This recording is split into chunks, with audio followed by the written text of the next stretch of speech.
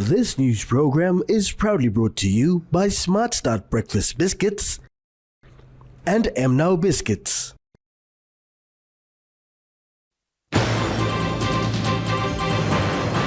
Government unfazed by looming VONC. 290 recruits to pass out. And Singapore interested in PNG.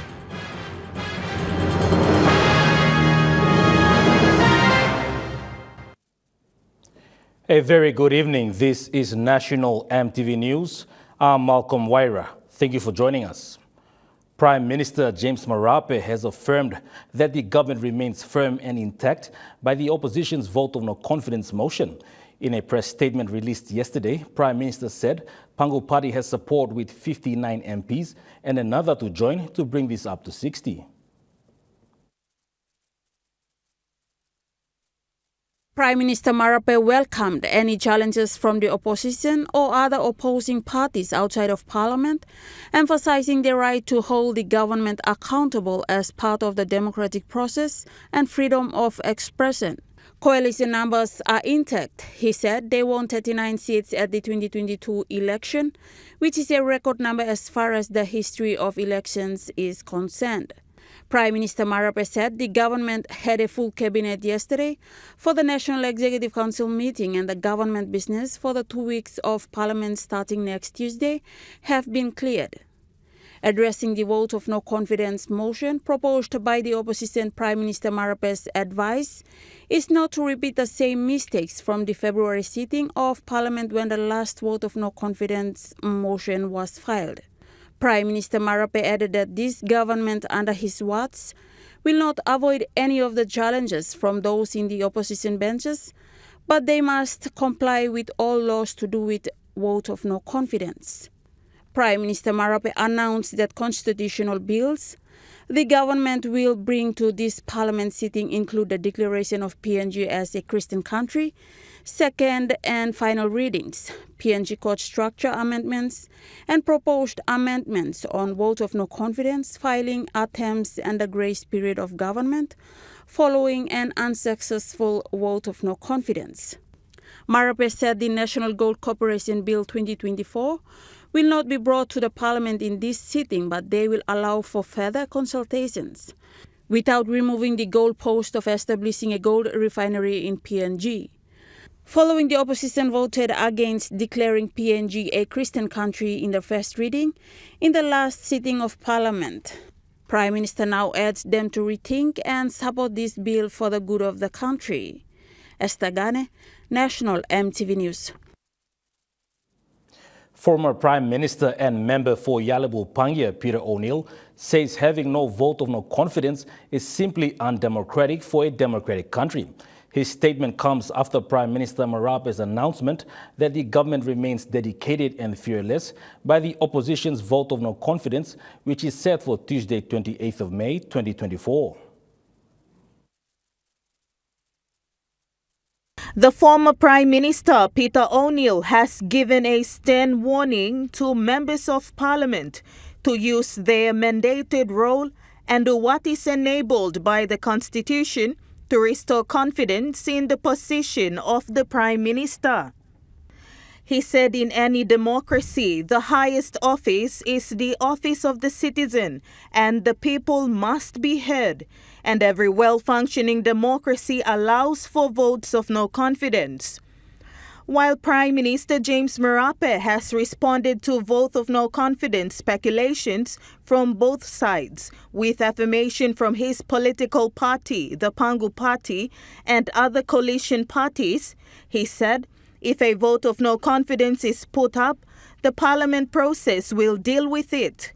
Mr. Marape said Pangu Party has support with 59 MPs and another to join and bring the numbers up to 60.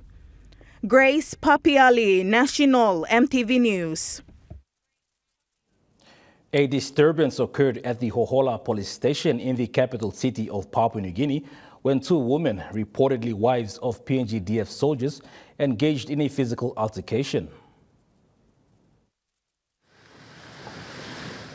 The situation escalated as members of both the police and Papua New Guinea Defence Force became involved. What happened that day, it was between two ladies, they were fighting.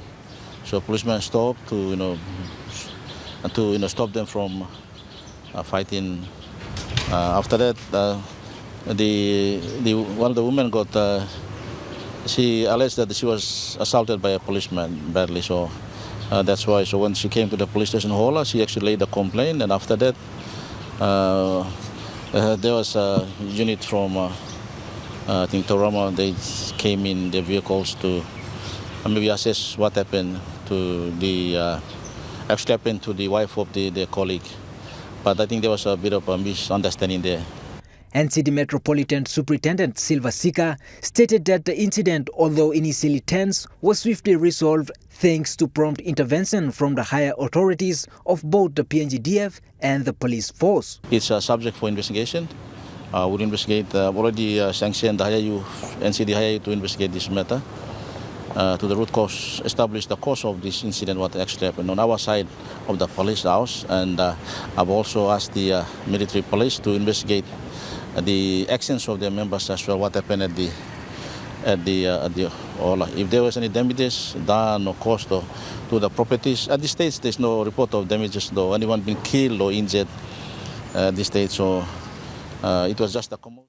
Sika emphasized the importance of avoiding the spread of false information on social media regarding such incidents. He urged the public to exercise caution and refrain from contributing to misinformation in sensitive matters like this one. My appeal to the general public, people who are always using social media, especially Facebook and so, those kind of platforms, to report, correct, accurate information. This incident highlights the need for effective communication and collaboration between different branches of the security forces to maintain peace and order in the community. Mr. Sika assured the public that the situation has returned to normal and all should return to normal business. James Guken, National EMTV News. The Royal Papua New Guinea Constabulary is set to witness a momentous occasion tomorrow as 290 new recruits prepare to pass out at the Bomana Police College. A total of 219 police officers will be passing out here at Bomana Police College. These active officers will help in combating law and order issues in the country.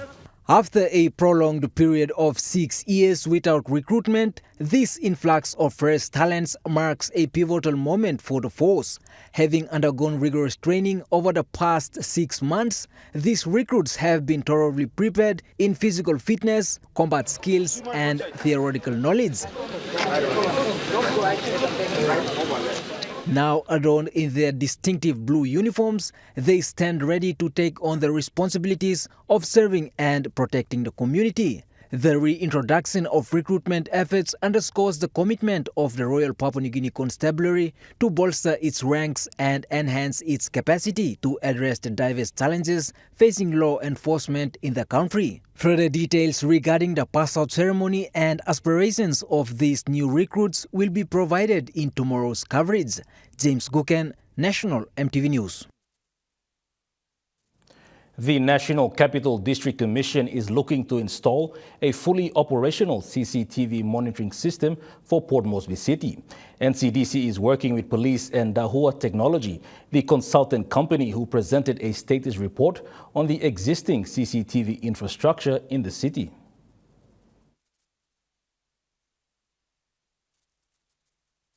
The existing closed-circuit TVs were installed in 2018 before the Apex Summit in NCDC. The audit carried out by Dahua Technology, a leading global company specialized in video surveillance equipment, found that due to lack of care by authorities, the existing infrastructure have run down and some damaged by vandals.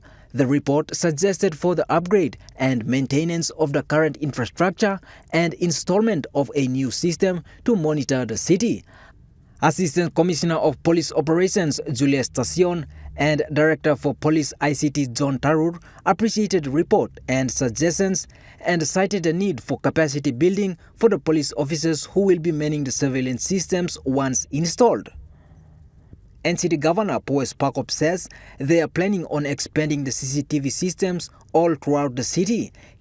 He says currently 2 companies are bidding to build a city surveillance system, and they are Dahua Technology and Huawei. James Guken, National EMTV News. National EMTV News continues after the break. Stay with us.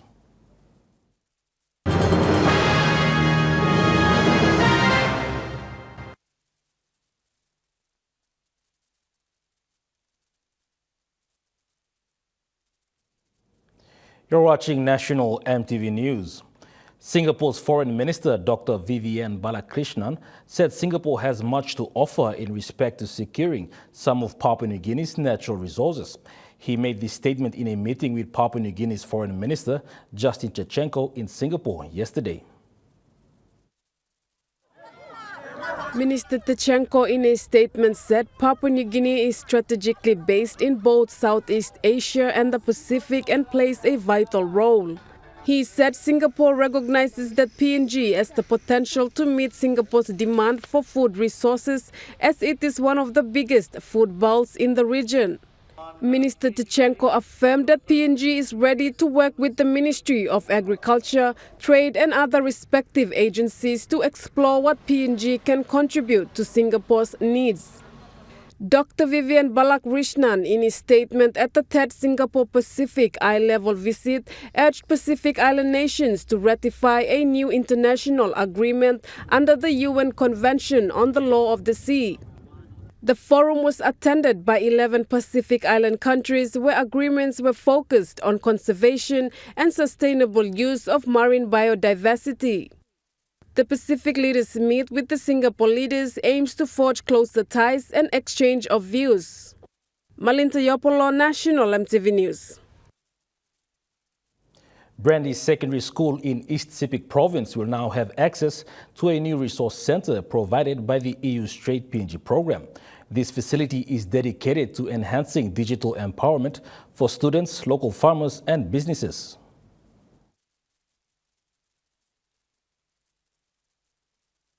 This facility is dedicated to enhancing digital empowerment, providing opportunities for learning and growth in information and communication technology, e-commerce and online marketing. The United Nations Resident Coordinator emphasized the transformative potential of IT education, said the world is changing and they can learn so much on IT when they have the chance. This IT is about helping them to connect to access knowledge and many other opportunities in the world like learning about e-commerce and trading online.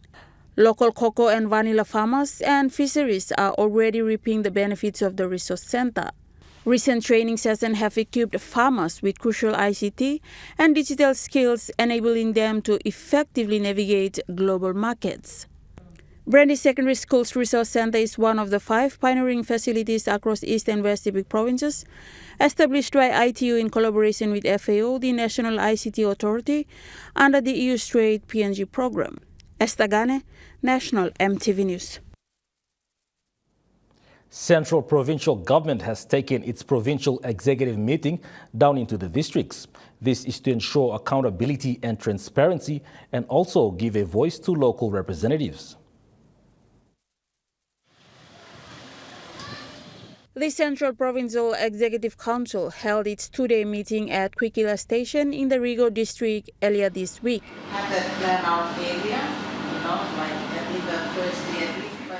Provincial executive meetings at the district level play a crucial role in ensuring effective governance and decision-making. This was the reason why the Central Provincial member, Rufina Pita, and her executives have brought the PEC meetings down to the people's level. People who are here doing service delivery, you can't get that sitting in our office in corridor where all the PECs. We only get that when we come out here and interact with people. Just going to the hospital as an example, I know there's people at hospital who have this time there, and just to know the important components of that and where we can come in and where we can also advocate for them in areas of need. Madam Peter highlighted some of the issues that were discussed during the two-day meeting and presentations made by sector heads in the Central Province Administration. Festival, the overall city coming out and then seeing the girls' dormitory coming out. You know, it gives us a sense of visibility and satisfaction that decisions we are making are actually making an impact on the province. And so that's the important role that we as political leaders. She said more PEC meetings will be held in other districts of Central Province. This is to ensure that constituents in districts see their government at work and also those government services and leaders see firsthand what type of infrastructure and development are happening at the ground level. Esther Gane, National EMTV News. Residents from Western Highlands Province, including those from other Highlands provinces, have been urged to stop settling unnecessarily around the vicinity of the Mount Hagen city and go back to the village and do something productive. This call was made by the Western Highlands Provincial member Wairapa recently in Mount Hagen.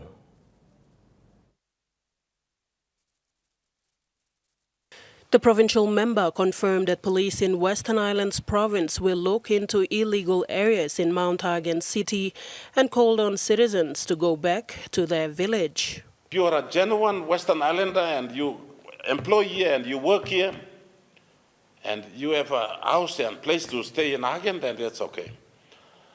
But our neighboring provinces, if you are coming to, hang around with some of our one-talks here and then you want to do sales here to live or do marketing here to live around the streets and all that, that's to stop now too.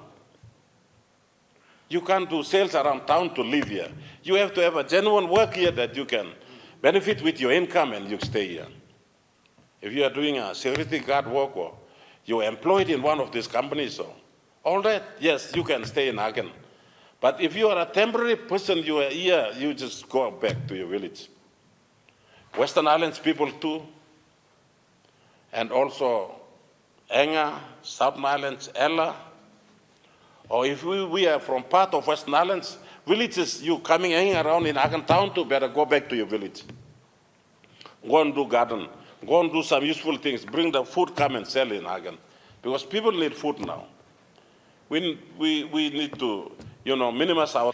Mr. Rapa said he had talks with the police commissioner to remove settlers in Mount Hagen city. Manning, I spoke to him personally, that Hagen now we will do some major operations, that you need to back up PPC and then Hagen operations will have to be on. If we have to remove some illegal places and illegal settlers too, we will do it. Sharon Engnui, National EMTV News, Mount Hagen.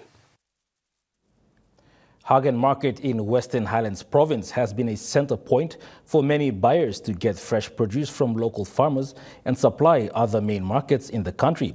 This newsroom caught up with few buyers and sellers at the main market who have expressed their views regarding the supply of fresh produce into the market.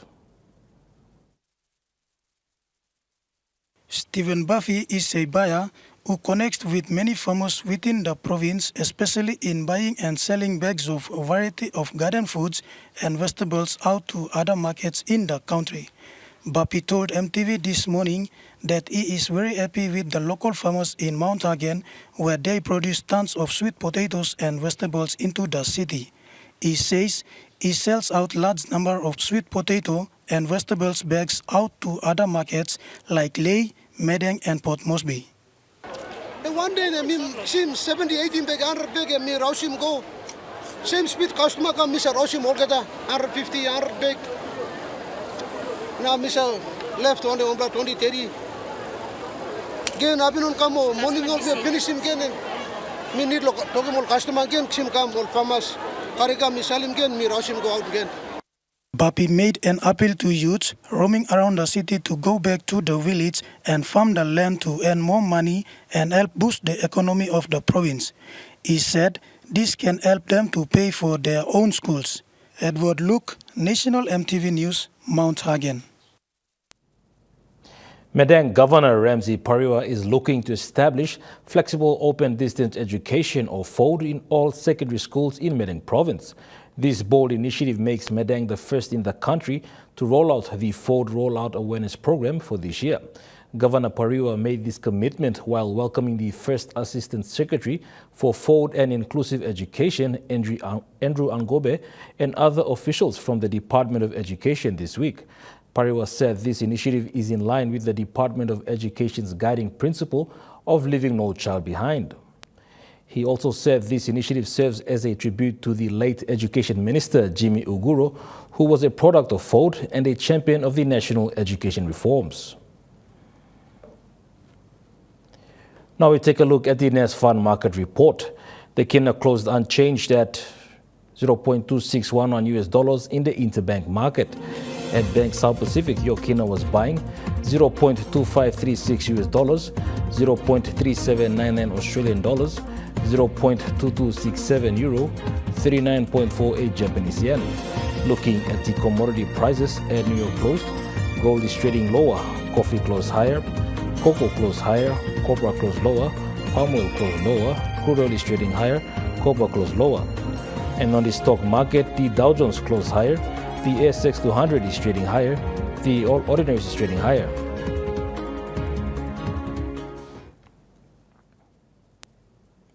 National EMTV News continues after the break. Stay with us.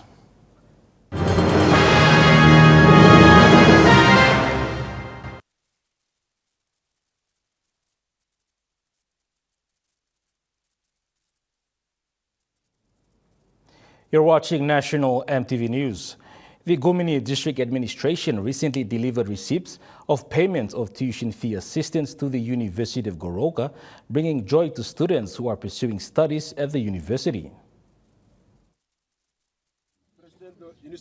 A total of 119,500 kina for UOG main campus and 13,800 kina for UOG's Institute of Distance Flexible Learning were handed over to the UOG's bursary office. District Administrator Diane Keel cited slight delays in fee payments to institutions were due to various factors. However, he mentioned tuition assistance is part of the district's budget.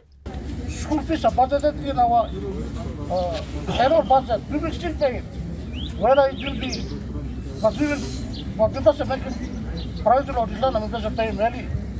So some time we doesn't have granting or some kind of class alarm or so much of I think all our positions was, but with the current school fees for all our students. The tuition assistance is an ongoing program that has benefited students in the past and will continue. Ino Anata, representing the office of the bursary, conveyed gratitude to the Gomini district for its commitment to the education and training of young people.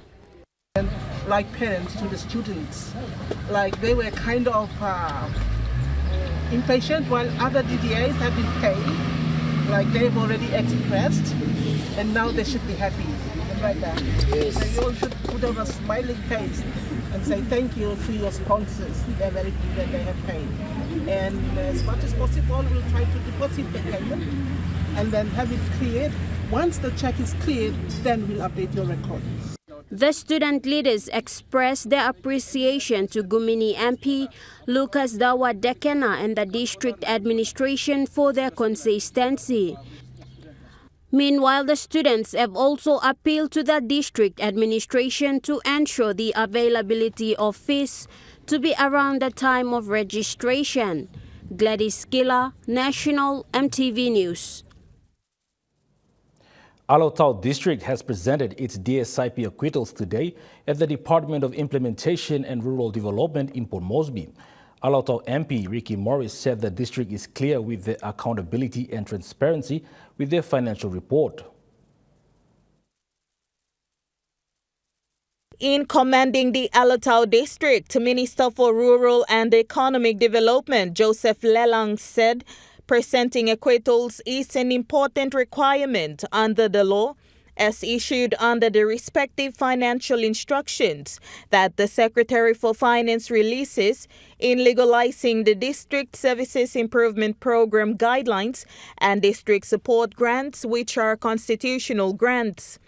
Under the current reforms that the Marape-Rosso government is advocating is that they are realigning a lot of the priorities at the district, at the sub-national level, and over the next few years, resources will start to have, for example, in the local level governments, under the ICFA, or the intergovernment financing arrangements, which review is currently taking place.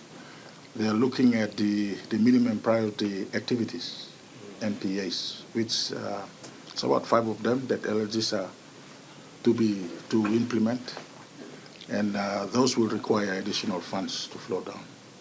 One of the major development projects from this acquittal is the building of a national courthouse in Baniara, the northern part of the district, which is set to be commissioned in the coming months. Another is the road infrastructure and wards and community developments, where an allocation of 10,000 kina was given to each of the 157 wards to administer village developments. Our acquittals here represent 9 million of DSIP that we received in 2023. We didn't receive the full 10. Out of the 9, about 2 million, I think, is a rollover from 2022. So in essence, we have only received 7 million of the 10 million. So we are reporting the 7 million that we received. And hopefully this year we can get some of those fundings from last year as well, including our DSG component. District Administrator Wilson Hillary commended the district's finance team for the preparation of the acquittal. Of course, since you should see the size of the district, our administrative has been challenged. Even we confined to only 10% of the DSIP, but most of the time you see the acquittal that we slightly exceed that ceiling because of the geographic arrangement of the district, and it costs a lot of money to administer the projects, especially the DSIP.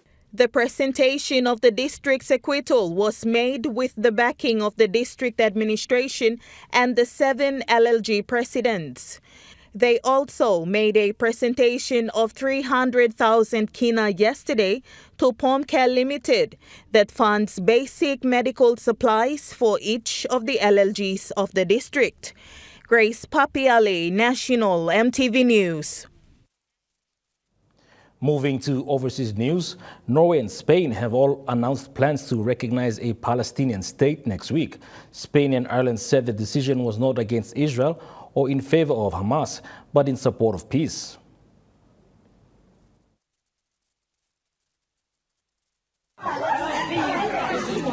There are things a future Palestinian state won't change. The loss of a daughter, a son-in-law, her grandchildren. 10 members of the Nofal family bombed in Deir al-Balah as they sought shelter from the war. But the creation of a Palestinian state living peacefully alongside Israel is, for many Western nations, the only way to end decades of conflict.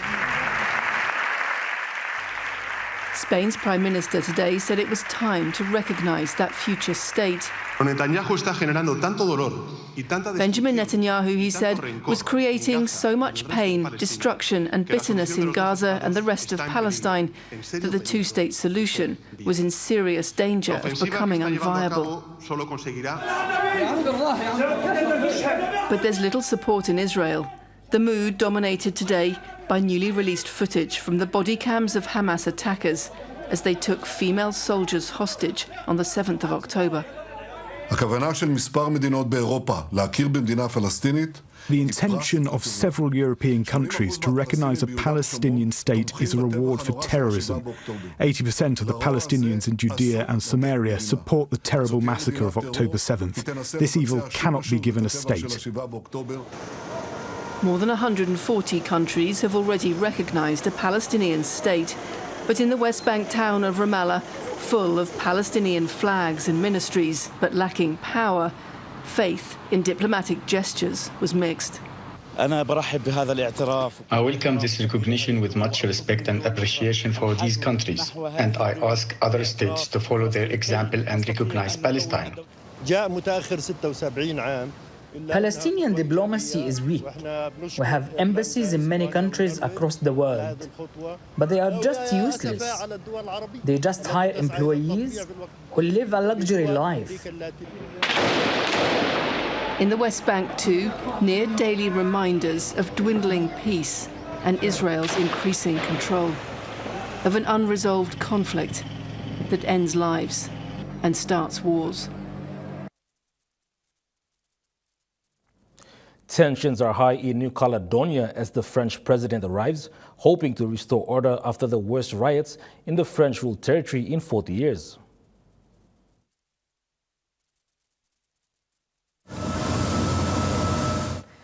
Emmanuel Macron touched down near Nouméa a week after the government in Paris passed controversial voting reforms in its territory. The move to open up the electoral roll to more French nationals sparked violence across the country. 6 people have been killed amid a trail of destruction, with shops looted and cars torched. Almost 300 arrests have been made, and Paris has sent in about 1,000 police to help contain the unrest. My intention here is to be close to the population for a return to peace, calm and security as soon as possible. A return to calm and security means also a return of normal services, supplies, food. We will obviously look into matters such as economic recovery, support and rapid response, and also the most delicate political matters in order to discuss about the future of New Caledonia. New Caledonia sits about 1,500 kilometres east of Australia, named by Captain James Cook in 1774.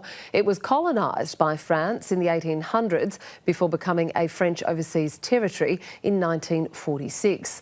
More than 270,000 people now call New Caledonia home. About 41% of the population are Indigenous Melanesian Kanaks.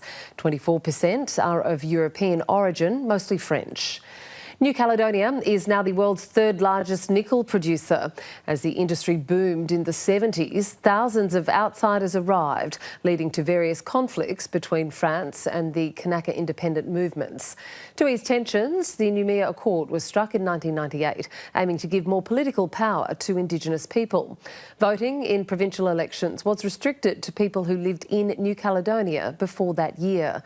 Paris now sees that as undemocratic and has endorsed a constitutional amendment allowing French residents who have resided in the archipelago for more than a decade to vote. Pro-independence campaigners in France and New Caledonia believe that will ultimately dilute the Kanak vote.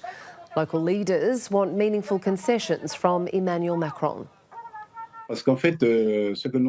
In any case, frankly, we don't expect anything. Because, in fact, what we've been doing with these demonstrations, these mobilisations, thousands of young people have risen to defend their land.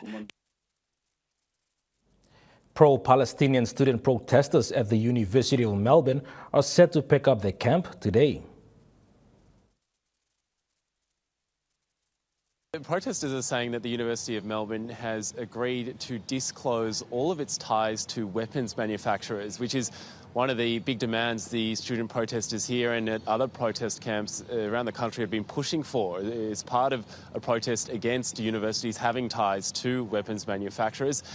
They want to see all those ties cut entirely. There's no sign of that happening, but the protesters here say that even a commitment to disclose all ties is a major win and enough for them to be willing to pack up their protest camps here. That's after spending an 8th night inside the Arts West building behind me, inside tents which have lined the ground floor of the building, and of course the much longer, month-long protest on the nearby South Lawn that was part of those protest camps that popped up right around the country. It's not clear exactly when the students will start packing up. Right now it's still very calm and seemingly much like it has been every other day here, a strong security presence around the outside. We haven't yet seen the university make that commitment to disclosure. All we've had is a one-word statement saying it welcomes the willingness of the protesters to pack up and leave. We're hearing that it could be this afternoon that the university makes a formal statement, and after that the protesters here set to finally pack up and Arts West to return to business as usual. Now, Nick, we know that this isn't the only protest camp. What else is happening at other universities? Yeah, we are seeing quite a few of the protest camps either packing up or set to be about to be packed up, especially it seems towards the end of the teaching semester. At Monash and the Tribe Universities here in Melbourne, we've already seen camps packed up. That was amid threads of academic misconduct proceedings or disciplinary action being taken against the students there if they didn't pack up. Protesters at Deakin University also set to pack up today. They say it comes at the end of the teaching semester, although all of these protesters say they vow to continue fighting for universities to cut ties with weapons manufacturers. At other universities, there are still protests ongoing with no sign of letting up. It's unclear exactly what end goal they're going to work towards. RMIT here in Melbourne, for example, at ANU in Canberra, the University of Sydney and others. The university is still struggling to grapple with these protests. Obviously, not wanting to repeat the scenes we saw in the US of violence and mass arrests as police forcibly moved on protesters there. If this protest does pack up today, it'll certainly be a big step towards normality for the University of Melbourne, but the protests certainly aren't over yet.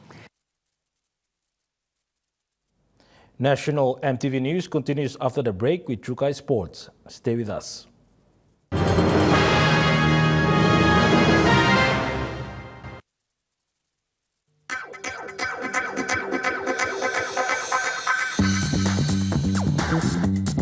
THURDAY Sports.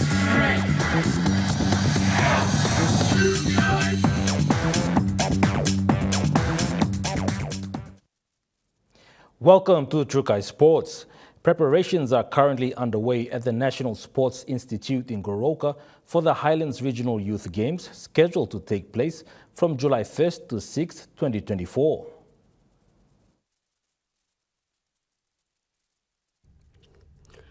The Goroka district is eagerly anticipating hosting the Highlands Regional Youth Games, as confirmed by Deputy Director General for National Youth Development Authority, Robbie Dury.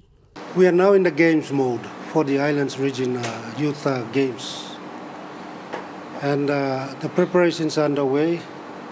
We have now confirmed the venue and the host, which is the Goroka district, but it will be hosted by the National Sports Institute. Dury emphasized that the Goroka DDA organizations and the participating districts are well aware of the games. I was down there in Yali Bupangia, Imbongu. I went as far as Agen district and down to Togoba area, Nebilia. Yes. So I'm familiar with what's happening down there now, and everybody's psyched up and they're all looking forward for the game. Director of PNG Sports Foundation, Peter Aglua, highlighted that the regional games are a rural-focused sports concept formulated under a tripartite partnership. Meaning that it targets the teams from the districts, not provinces. In PNG games, or now called PNG Unity Games, it targets provincial teams. The regional youth games, it targets the district teams. The Highlands Regional Youth Games will also feature a day of cultural and religion activities for youth participation. Carl Gekoban, the Games Secretariat, mentioned that a total of 35 districts from the 7 Highlands provinces are participating. Additionally, a second RYG is scheduled to be held in New Ireland Province from September 9 to 13, 2024. Gladys Skilla, THURDAY Sports. Meanwhile, Deputy Director General Robbie Dury of NYDA says the upcoming Highlands Regional Youth Games will offer rural youths the opportunity to step into the mainstream sporting arena and potentially be scouted for further development. There's a pathway for that, and that's where our partners like PNG Sports Foundation comes in. They will be there with their high performance people coming in to see if they can spot talents there. So they will be the ones who will be identifying the individual codes or individual players playing those codes. And then pick up amongst all of them the best one that can be able to be trained and coached so that one day they will represent the country. Trukai Sports continues after the break. Stay with us. Trukai Sports. You're watching Trukai Sports. The Oceania Football Confederation will have the following upcoming matches. June 15th, OFC Men's Nations Cup. July 7th, OFC Under-19 Men's Championships. 28th July, OFC Under-16 Men's Championships. 18th August, OFC Futsal Women's Nations Cup. And 2nd September, FIFA World Cup 2026 Oceania Qualifier. The final draw for the La Mana Singles Pool Competition 2024 has been announced for both men's and ladies' categories.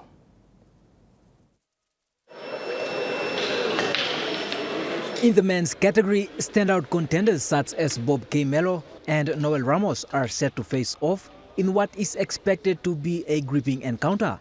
Meanwhile, seasoned players like Miria Rima and Wilson Peter will clash in a bid to advance further in the competition. Other matchups to watch out for include Kupe Yore against Welton Guy, Tom English against One Piece Mola, and Kagena Berua taking on Willie English. With each player vying for supremacy on the pool table, fans can anticipate a showcase of skills and determination. As the competition heats up, spectators can also look forward to intense battles between Peter Lohia and Wala Kopi, as well as Mike Slustu against the winner of match 20. With every match crucial in determining the ultimate champion, the pressure is on for players to deliver their best performance. James Guken, Trukai Sports. That ends Trukai Sports. The Money Plus weather report is next. Stay with us. Trukai Sports.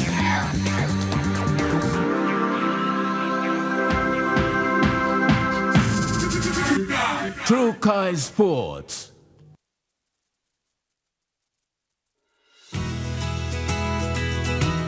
This weather update is proudly brought to you by MoneyPlus, with you always.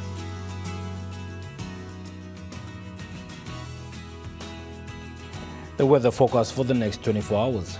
For the southern region, Port Moresby City, mostly fine, partly cloudy with chances of brief evening showers and drizzle.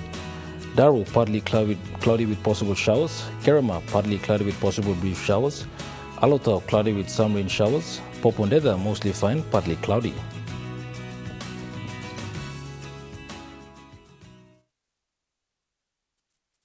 The weather update was proudly brought to you by MoneyPlus, with you always. And that wraps up the news, sports and weather for Thursday, the 23rd of May, 2024. From all of us here, pleasant viewing. Good night.